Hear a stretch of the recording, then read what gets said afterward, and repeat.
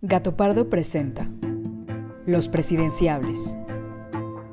Beatriz Paredes en entrevista con Gabriela Barkentin. Beatriz Paredes Rangel, de 69 años, nació en Tlaxcala. Es licenciada en Sociología por la UNAM, tiene un posgrado en Literatura Hispanoamericana por la Universidad de Barcelona y un diplomado en Alfabetización de Adultos. Se afilió al PRI en 1973 y en 1975 fue diputada local en el Congreso de su estado. Posteriormente fue electa 4 veces más, pero ahora como diputada federal. En 1987 se convirtió en la primera mujer gobernadora del estado de Tlaxcala y la segunda electa en la historia de México. De 1994 al año 2000 fue senadora en la 16 y 17 legislatura, además de presidenta de la mesa directiva. Fue secretaria general de la Confederación Nacional Campesina y presidenta del Partido Revolucionario Institucional. Ocupó los cargos de subsecretaria de Reforma Agraria, subsecretaria de Gobierno y secretaria de Gobernación. Y en 2006 y 2012 fue candidata a la jefatura de gobierno del entonces Distrito Federal. En el rubro diplomático fungió como embajadora de México en Cuba y en Brasil. Y en 2018 volvió al Senado, donde actualmente es presidenta de la Comisión de Relaciones Exteriores de América Latina y el Caribe.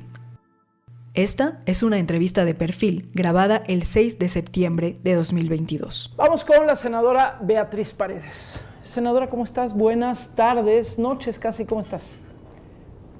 Ahí voy. Gracias por recibirnos aquí. ¿Dónde estamos? Cuéntanos. Estamos en la sala de juntas del Instituto Belisario Domínguez del Senado de la República. El Instituto Belisario Domínguez es un centro de estudios especializado que apoya la presentación de las iniciativas de ley de los senadores. No es una entidad partidista, es una institución del Senado de la República y te respalda con estudios, con datos, nuestros datos, que no son otros datos, son los datos, y te hace eventos relevantes. Por ejemplo, tenemos una discusión sobre si la legislación pesquera actual es suficiente o tiene muchos vacíos, y así por diversos temas. Beatriz Paredes, ¿quieres ser presidenta de la República? Me gustaría. ¿Por qué? Porque me parece que es, en mi caso, una responsabilidad regresarle a México mucho de lo que me ha aportado, todo lo que yo pueda reciprocar. He tenido una vida dedicada a la actividad política, al servicio público. Los ciudadanos a través de las elecciones me han dado muchas oportunidades. He tenido responsabilidades en momentos muy delicados de la vida nacional y aprecio lo que han construido los mexicanos. Aprecio enormemente a nuestro pueblo, me emociona, me conmueve, y creo que vamos a enfrentar en los próximos años situaciones muy difíciles. Vamos a hablar un poquito más adelante de lo que son tus prioridades o serían tus prioridades, pero Beatriz, esta es una entrevista más de perfil, para que la gente más o menos, para que la gente que la vea y que tal vez no te conoce o no te conoce tanto, pues tenga como una fotografía más amplia tuya. Entonces, te pediría que nos contaras un poco cómo llegas a la política, ¿por qué te vuelves política?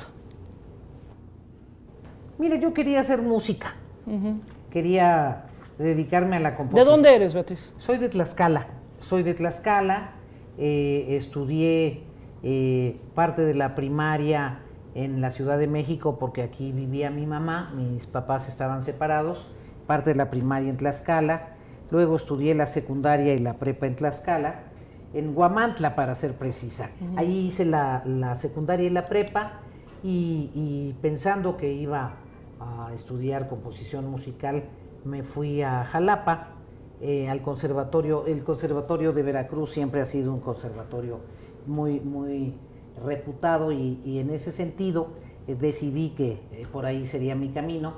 Ya había participado en la prepa en el liderazgo estudiantil, mucho en movimientos estudiantiles, y en el caso de Tlaxcala los movimientos estudiantiles nos unimos con el movimiento campesino. yo aprendí mucho a querer a los campesinos en Huamantla. La población de Huamantla, que no es mestiza, es una población otomí. Los otomís y las mujeres otomí son muy dulces, son extraordinariamente dulces, y ellas son muy trabajadoras. Ellos eran menos porque se empulcaban mucho, se empulcaban fuerte. Esto afortunadamente se ha venido superando con el tiempo, y a mí me gustaba mucho alfabetizar.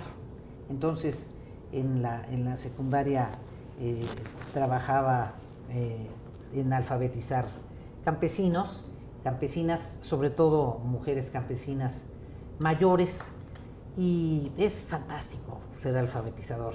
La primera vez que escriben su letrita y juntan una letra con otra. Es como un descubrimiento de otra cosa. Maravilloso, ¿no? Sí. Es como nacer. Sí.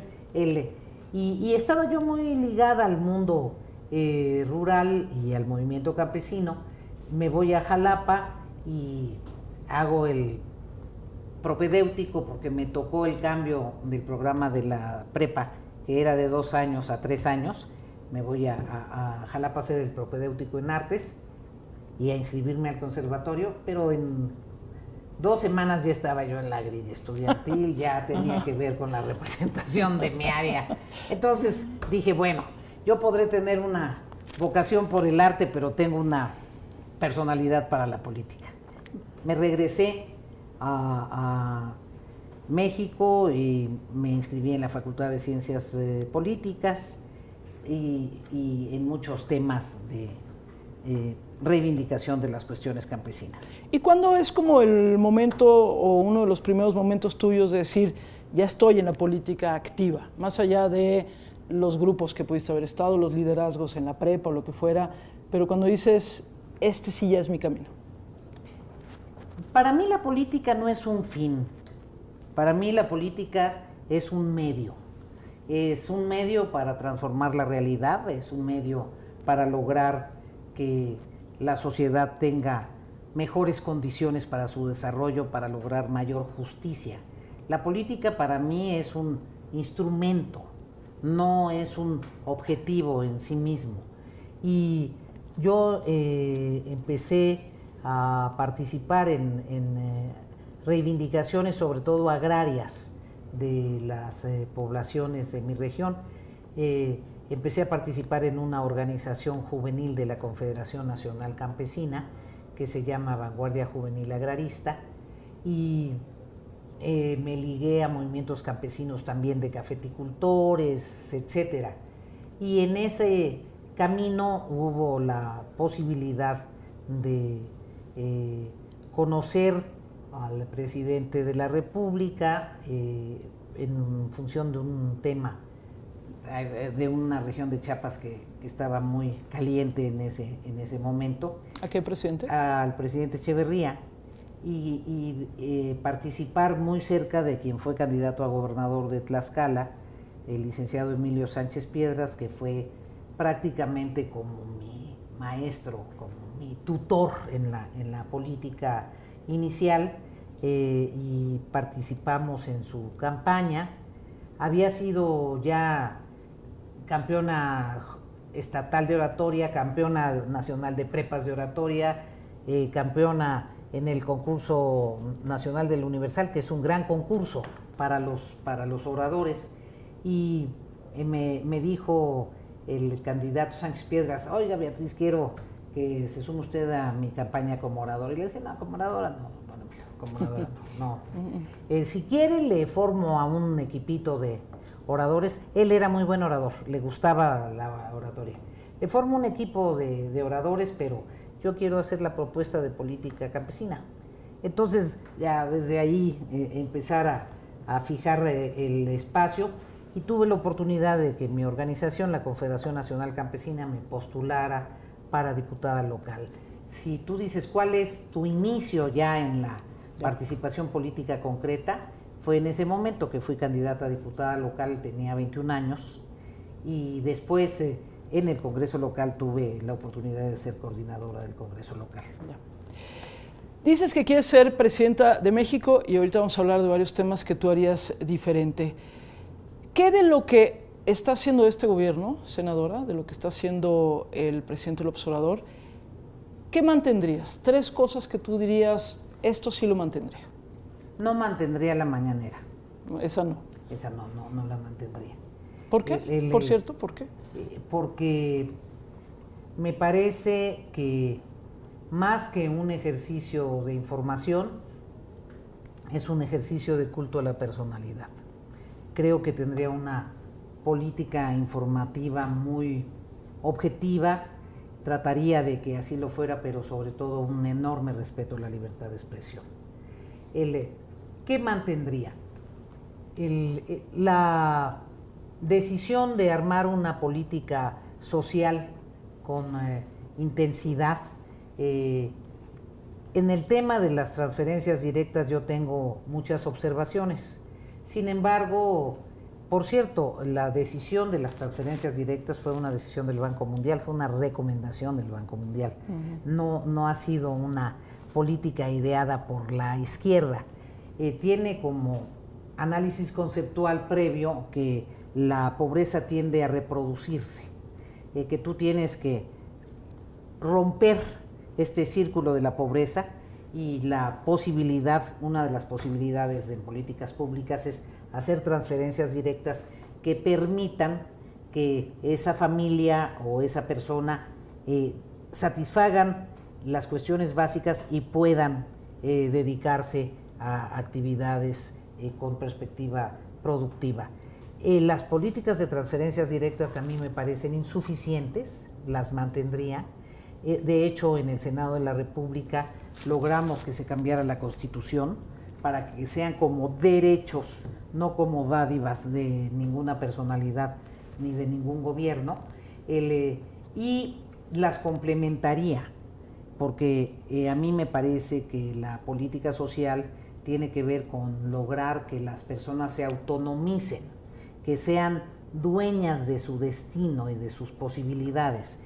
Entonces las complementaría con una estrategia de formación de empresas sociales, de articulación con cadenas productivas, para que finalmente el instrumento verdadero para tener autosuficiencia, que es el empleo bien remunerado, ya sea autogestionado o participando en una organización económica, fuese el instrumento que permita que se abata la pobreza.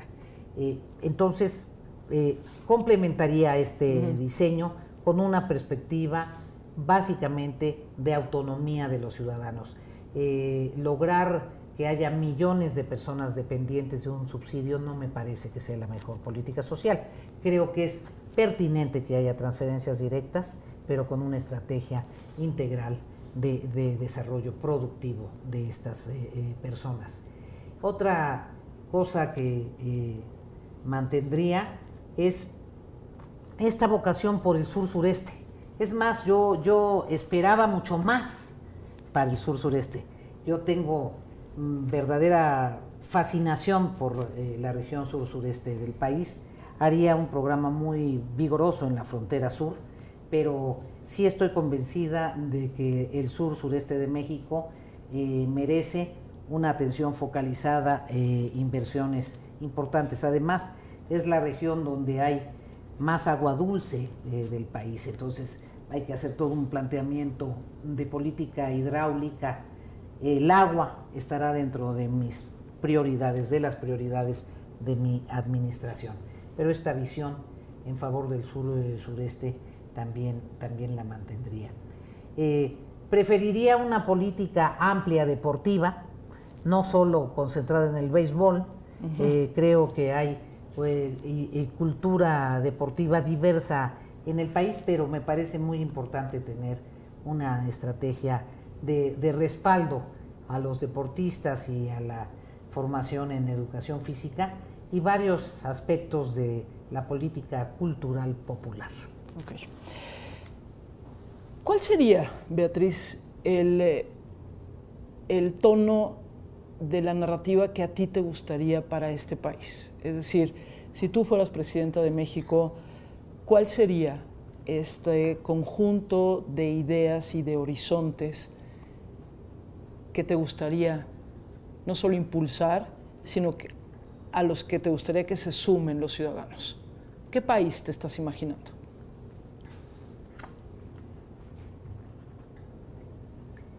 A mí me gusta mucho México. Conozco a nuestro país. Es un país difícil de conocer, es un país muy complejo. En algunas regiones del país somos muy barrocos, hay muchas capas para descubrir la profundidad de los mexicanos, de nuestra cultura. Me gustaría mucho que tuviéramos más confianza en nosotros mismos. Me parece que de repente la autoestima no tiene la fortaleza suficiente y pasamos de una autoestima minimizada al otro extremo. Y como México no hay dos y esas cosas, ¿no? Sí, sí, sí. Creo que un esfuerzo sistemático por reconocer los valores existentes en las comunidades, en las poblaciones, en las familias, en todos los niveles sociales del país y en todas las regiones, me parece muy, muy relevante en una nueva narrativa. También creo que es esencial erradicar como opción la violencia. El normalizar la violencia es una de las cuestiones, me parece, más dramáticas que nos han sucedido en los últimos años. Entonces, propiciar una sociedad mucho más dialogante. Somos, de repente, conversaciones de monólogos sucesivos. Nos cuesta mucho trabajo la interlocución, escuchar, opinar, contestar sobre lo que él dijo, no seguir con lo que yo pienso y lo que yo pienso. Esta cultura de monólogos sucesivos debilita mucho nuestras posibilidades de crecimiento y de consolidación. Creo que tenemos que reconocer el extraordinario privilegio de nuestra naturaleza. La verdad es que México, en ese sentido, es un país geográficamente estupendo. Tenemos acceso a los dos grandes océanos. Hay países que se pelean por tener una salidita, sí, tantita una salidita agua al mar. Sí, sí, sí. Tenemos una biodiversidad excepcional que lamentablemente hemos ido devastando. Tenemos una circunstancia cultural que nos une a Iberoamérica, a Latinoamérica, una circunstancia geográfica que nos une a Norteamérica. Somos de alguna manera una síntesis, un crisol. Creo que comprender eso, apreciar más a nuestra naturaleza, entender la extraordinaria grandeza de nuestros recursos naturales y saber cómo cuidarlos es otro asunto que trataría de impulsar. Dices erradicar como opción la violencia. ¿Cómo hacerlo, Beatriz? Pareciera casi imposible. Es decir, después de tantos años y de todo lo que nos ha sucedido, cuando dices erradicar como opción la violencia, ¿qué te imaginas? Primero, son tantos años los que hemos vivido esta generación y sobre todo las nuevas generaciones, pero México no era así, ¿eh? México no era así. Lo primero que hay que reconocer es que se puede ser de otra manera, aunque sea difícil. Beatriz, estamos en el Senado de la República y estás hablando de la división entre los grupos, las divisiones que existen en este país. Y lo hemos platicado contigo en otro momento. Vivimos una fractura importante de la conversación pública en estos momentos en nuestro país. El Senado es un espacio, y me parece que lo ha sido, a pesar de todo, en donde se han podido dar conversaciones, a pesar de todo. Pero México está, no sé si polarizado o fracturado, pero lo cierto es que hay quienes simple y sencillamente no se hablan. Si tú fueras presidenta de la República, ¿cómo harías para que nos volvamos a hablar los mexicanos? Primero, teniendo la disposición a escuchar. Es esencial. ¿A todos? A todos. Es esencial que quien ejerce el poder público tenga la disposición de escuchar. Primero, para que no te aísle el poder. El poder tiende a aislar a los sujetos que lo detentan. Segundo, porque muchas personas tienen algo que aportar. En un país de 130 millones de habitantes no puede ser que la única verdad sea unipersonal. No podemos ser un país de pensamiento único. Hay que enriquecernos con la diversidad. Y entonces hay que establecer mecanismos de diálogo permanente, de diálogo que enriquezca, de diálogo que critique, y hay que exigirle a tus colaboradores, a tu gabinete, que esa sea la actitud. Y propiciar no solo el diálogo entre el gobierno y la sociedad, sino la articulación de diversos niveles de diálogo y, desde luego, establecer un flujo directo de contacto y de comunicación con los otros dos poderes, con el poder legislativo y con el poder judicial, respetuosos de su autonomía. ¿Te preocupa algo de esto, de lo que está pasando ahorita, en términos de la calidad del debate público, por ejemplo? ¿Sabes qué, Gaby? Una de las razones por las que decidí participar es porque me preocupa todo. Porque, como te dije, he tenido la formación, he tenido la experiencia, tengo la decisión, y hay que ser recíproca con este país. A mí este país me ha dado mucho. Me preocupa enormemente que no percibo respeto del Poder Ejecutivo a los otros poderes, más bien una constante desafección. No parecería que tenga en alta consideración a quienes representan también la soberanía popular, como son los legisladores.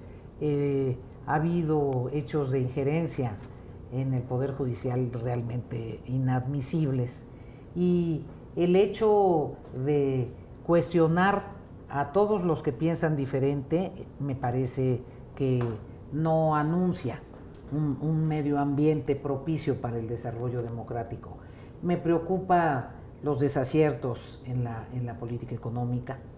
Me preocupa que se planteó que creceríamos al 6%, luego al 4%, y el caso es que ha sido, en el año más dramático de la pandemia, un descenso hasta el 8%, menos 8%, y después nos hemos ido equilibrando a 0%. No veo que haya grandes perspectivas. Me preocupa el descenso en la generación de empleos formales. En fin, podría sumar preocupaciones. La entrevista. Pensemos en 5 prioridades para ti, Beatriz. Si llegaras a la presidencia de la República, ¿cuáles son los 5 puntos que tú dirías, aquí irían en principio mis energías? Soy muy innovadora. Es curioso porque no parezco innovadora. Es cierto. Yo sé que tengo una imagen más ligada a la tradición mexicana, al nacionalismo mexicano, etcétera. Me da orgullo eso, desde luego, pero soy una gente muy innovadora. Creo que necesitamos ser mucho más precisos en las cuestiones que deseamos resolver. Yo voy a poner en el centro de las políticas públicas, por ejemplo, el problema del agua. Al agua, las administraciones desde hace varios años no le han dado la importancia que tienen y es uno de los asuntos más graves para la población del país. Tú necesitas agua no solo para vivir, sino para todo tipo de desarrollo y me parece que no hemos tenido una política hidráulica inteligente desde hace muchos años.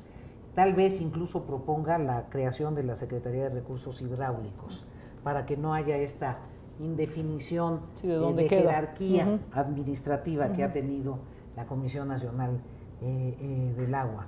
Desde luego ligado a el agua, pues el tema de medio ambiente y cambio climático, que me parece que los gobiernos en general hablan mucho de ello y le destinan muy pocos recursos. Me parece triste, grave y tonto haber relevado al doctor Sarucán de la CONABIO. Creo que la CONABIO es una institución que ha jugado un papel relevante en la preservación de áreas naturales y que necesita robustecerse. Nadie que esté en su sano juicio puede eludir la problemática de seguridad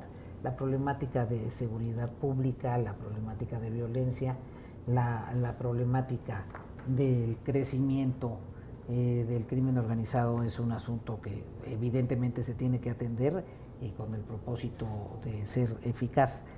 Yo tengo una gran pasión por la educación, creo que en el caso del sector educativo, en los años de pandemia pues han sido muy golpeadores de nuestro sistema educativo. Se incrementó la deserción escolar, no se han hecho pruebas a los niños si han aprendido o no, en fin, al rezago educativo que había se agrega esta etapa de cambios en los titulares de la Secretaría de Educación, de hipotéticos cambios de programas de estudio que no se discutieron con la sociedad en general. Entonces hay muchas cosas que hacer en el sector educativo. Desde luego tenemos también una crisis en el sector salud, hay que resolverla, son temas de resolución, no pueden padecer las familias simplemente porque no hay capacidad ni eficacia de organización administrativa, y todo el conjunto de medidas que permita la recuperación económica y la generación de empleo, que son muchas medidas. En el tema de violencia, querida Gaby, creo que tenemos que asumir que la violencia contra las mujeres existe, los feminicidios existen, y tener una estrategia precisa que permita ser mucho más eficaces en el asunto y armar un gran debate con respeto a la autonomía para ver qué hacemos en la administración y procuración de justicia que le permita a los ciudadanos sentirse protegidos y ser protegidos. Hay una pregunta que me han hecho últimamente desde diferentes medios internacionales, Beatriz, y la pregunta es si México está listo para que una mujer sea presidenta. Yo tengo mi respuesta, pero más bien te aviento a ti la pregunta. ¿México está listo para tener a una mujer como presidenta de la República? Mira, México es un país que en buena medida descansa en la fortaleza de las mujeres. Las mujeres en México son el núcleo, eje de la familia. Si su marido se va de migrante, se quedan a trabajar la parcela, se quedan como jefas de casa, cuidan a sus hijitos. Si son madres solteras, se hacen cargo de sus hijitos. En los sectores salud, las enfermeras son básicas para el desarrollo de la atención médica. En el sector educativo, las profesoras son el gran núcleo que le da soporte a la educación.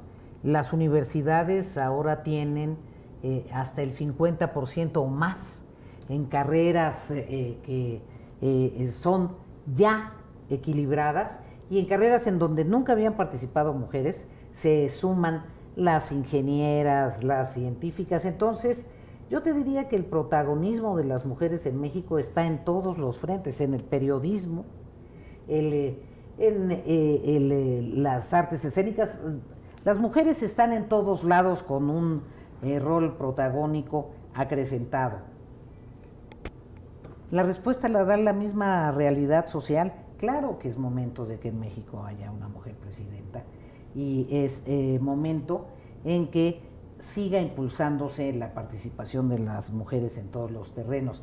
Ya hay mujeres empresarias muy notables, las mujeres están al frente de casi todo el pequeño comercio, estamos en todos lados. Beatriz, pero lo hemos platicado en otros momentos también. La marca PRI es una marca que tiene problemas en su calidad, digamos. La mayoría de las encuestas coinciden en que el PRI es una marca que no está siendo bien aprobada por la gente. Y tú estás en el PRI y tú eres priista. ¿Cómo hacer, por ejemplo, que los jóvenes se acerquen al PRI o que voten por una mujer, por ejemplo, que es una mujer priista? ¿Qué hacer con la marca PRI, Beatriz? Bueno, yo soy una mujer y me llamo Beatriz, milito en el PRI. Son dos cosas distintas. ¿Y lo narrarías así? No es lo mismo ser que hacer, para no entrar en terrenos de to be or not to be. Sí. En terrenos casi ontológicos. Sí. Ajá. No, mira, yo quiero ser candidata, sobre todo de la sociedad. Quiero lograr que se recupere la alianza, ser candidata de la alianza.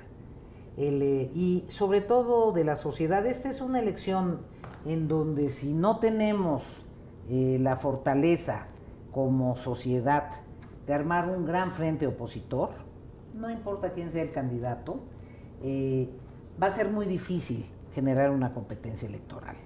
En ese sentido, lo que a mí me importa es que las propuestas que le planteé a la sociedad les resulten interesantes, les resulten pertinentes y en función de ello trascender no solo mi militancia en un partido político, sino esta visión que vuelve a los partidos políticos como espacios cerrados. Yo creo que todos los partidos políticos están viviendo una crisis de representatividad. Estoy convencida de que la ciudadanía no se siente representada en los partidos políticos y estamos viviendo un momento de transición y de irrupción de la sociedad civil.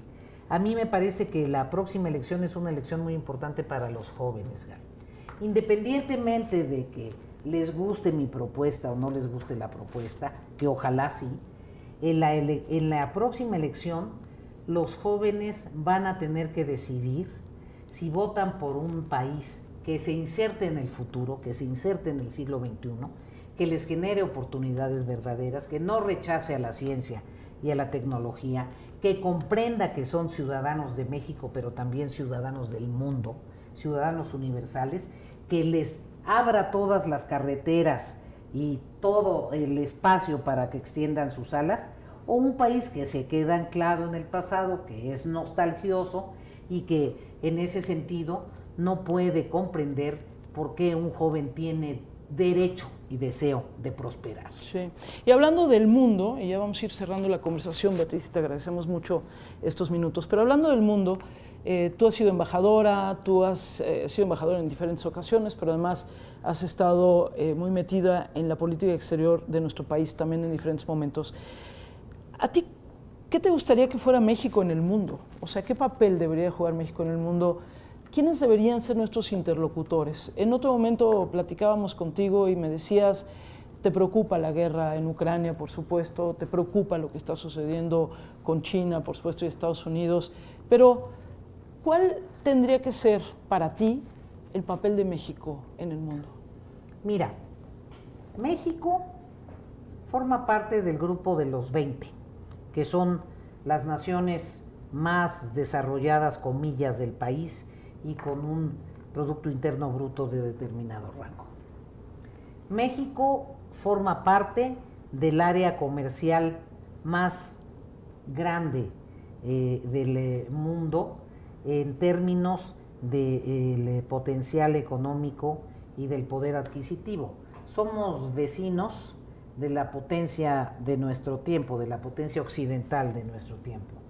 Pertenecemos culturalmente a Latinoamérica y a Iberoamérica. Eso nos hace tener un vínculo con Europa muy, muy notable. Y además, al tener frontera náutica con el Océano Pacífico, tenemos un vínculo de recursos y de vinculación en transporte con Asia. En ese sentido, la posición geográfica, la fuerza cultural, la fuerza demográfica del país nos permite ser una potencia intermedia con capacidad de interlocución con todos, interlocución a partir del ejercicio responsable de nuestra soberanía en una era global. Creo que el punto central es cómo ejercitamos responsablemente nuestra soberanía en una era global y desarrollamos fórmulas de intercambio y de cooperación que le permita a la población mexicana beneficiarse de esta circunstancia, que tiene que ver con el destino geográfico. En alguna época el barón de Humboldt dijo que éramos el cuerno de la abundancia, que tiene que ver también con nuestra multiplicidad cultural, nuestra pluriculturalidad. Has dicho en otros momentos que posiblemente no estamos entendiendo bien lo que significa la guerra en Ucrania, la invasión rusa en Ucrania, para el devenir del mundo. ¿Sigues pensando lo mismo? ¿Y sigues pensando que tal vez México no lo estamos entendiendo como deberíamos? Creo que, primero, una guerra en esta época, en este tiempo, nos revela cómo cuestiones que como civilización humana creíamos superadas, no están superadas. Que siempre a la vuelta de la esquina te puedes encontrar con una sorpresa dramática, con un gran retroceso. Segundo, el que haya posibilidades de poner en riesgo el suministro del abasto de insumos agrícolas, porque no hay racionalidad regional ni articulación regional para que los países tengan certidumbre, también es algo muy, muy notable. Cómo en este mundo globalizado tienes que inhibir niveles de dependencia en actividades estratégicas. En el caso de los fertilizantes, pues es evidente que el suministro de fertilizantes para el mundo se redujo y eso va a tener un gran impacto en la producción de alimentos. ¿Y para qué te hablo de la crisis energética en Europa? En donde el tema de la dependencia del suministro de energéticos de regiones donde no hay certidumbre en la continuidad, pone en riesgo muchas cosas. Por eso es importante el que continuemos con nuestra posición pacifista, pero comprendamos que este es un mundo interdependiente, articulado, y tener claridad en cuáles temas necesitas garantizar autosuficiencia, suficiencia o soberanía, y tener políticas estratégicas en ese entorno. Yo admiro profundamente a la señora Merkel, enormemente. Creo que es la figura más notable de las últimas 3 décadas en la política internacional. Sin embargo, el tema de la política energética en Alemania es un asunto que vale la pena discutir. Y que además va a afectar no solamente a Alemania. Vamos cerrando, Beatriz, pero sí me gustaría una breve reflexión tuya sobre todo el debate en torno al ejército, al papel que está teniendo el ejército en este gobierno y a lo que se ha denunciado como la militarización del país. Una reflexión tuya, Beatriz. Primero, que estoy muy sorprendida porque en el tema de la participación del ejército en la vida nacional, el candidato López Obrador decía exactamente lo contrario de lo que hace el presidente López Obrador. Allí sí hay un nivel de contradicción, o quizá hubo una oferta electoral que después ya como gobierno decidió no cumplir. Estoy muy sorprendida de eso. Segundo, yo soy muy respetuosa del ejército y tengo la certeza de que la función de salvaguardar la seguridad nacional, que es la función establecida en la Constitución como la primera prioridad que le corresponde al ejército, es una función de tal envergadura que exponer a nuestros soldados, a los soldados mexicanos, a los temas de la inseguridad pública, cuando en muchas ocasiones lo han visto quienes leen las noticias, están con contraorden. Si una banda de delincuentes los ataca, muchas veces tienen la orden de que no pueden defenderse. Me parece que el riesgo de involucrar al ejército en actividades de seguridad pública es muy alto y que no corresponde a lo que intrínsecamente es el ejército. Y por otro lado, la profundización democrática del país, la consolidación democrática, la historia de México superó la etapa en donde el ejército estaba involucrado en todas las tareas públicas. En ese sentido, no corresponde a un análisis histórico de la evolución democrática de México. Estamos en pleno debate sobre esos temas, pero creo que cualquiera que sea la decisión es una decisión que va a incidir en México en los próximos años de manera muy seria. Arrancamos la conversación y decías que te hubiera gustado ser música y nos hablabas del conservatorio. Cerremos la conversación también con la música. Si Beatriz Paredes no es presidenta de la República, ¿será música? Soy de música, pero no, si no soy presidenta de la República, pienso dedicarme a escribir. Y sí voy a seguir escuchando mucha música y de repente haciendo música. Gracias, senadora. Gracias.